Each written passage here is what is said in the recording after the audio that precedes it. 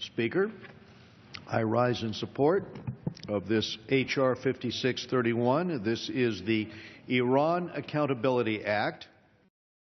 This week marks the first anniversary of President Obama's agreement with Iran.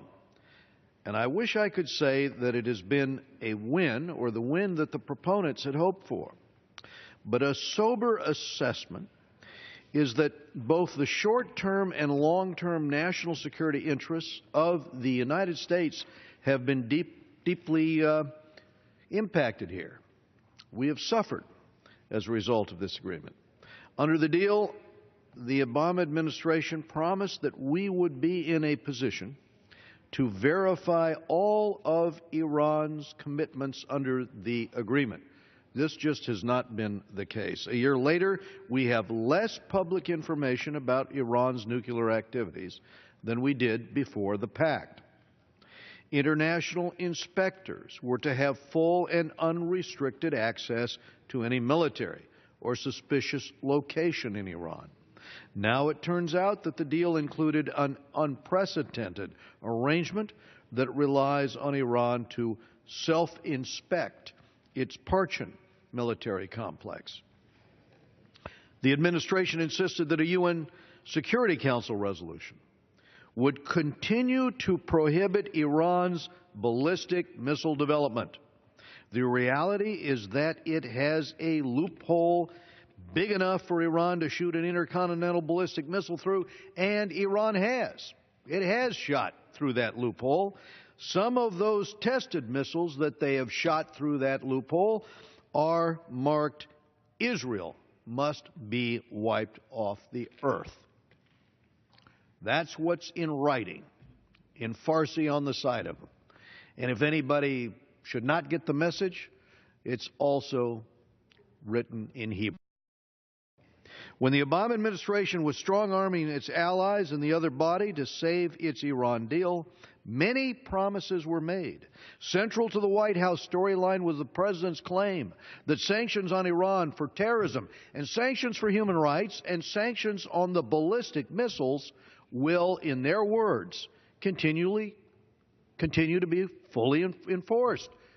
This, unfortunately, has not happened.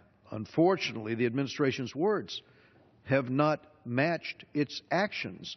The administration has meekly responded to Iran's provocative acts, thanks in part to the weak UN Security Council language in which we watered down the previous language on ballistic missiles. That was agreed to by the administration. And just only one Iranian, one sole individual, has been sanctioned for human rights abuses since negotiations began. One.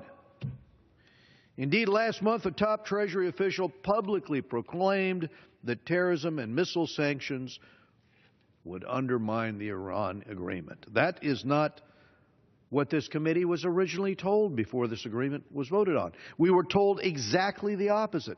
By now, every member should know the pattern. And the pattern is this. If Iran objects, the administration bends over backwards to accommodate. Effectively, the supreme leader now holds the veto pen over future congressional action. This policy of what I call walking on eggshells in deference to Tehran hurts our U.S. national security interests. And it doesn't have to be this way. The nuclear agreement permits on the Iranian regime for activities such as missile tests or for terrorism or for human rights abuses. Indeed, that is what the administration said they would do after they struck their deal. This legislation before the House holds the administration to their promises to us. And among other provisions, the legislation increases sanctions against Iran's Islamic Revolutionary Guards Corps. That's what we call the IRGC. It expands sanctions against Iran for its ballistic missile development, and we should. It stresses the fundamental human rights of the Iranian people as key to our national security concerns. And I would just say Congress has an obligation to look for ways to stem the tide of Iranian aggression in the region and to stem the tide of its repression of the Iranian people at home. I strongly urge all of my colleagues to support this legislation, and I reserve the balance of my time.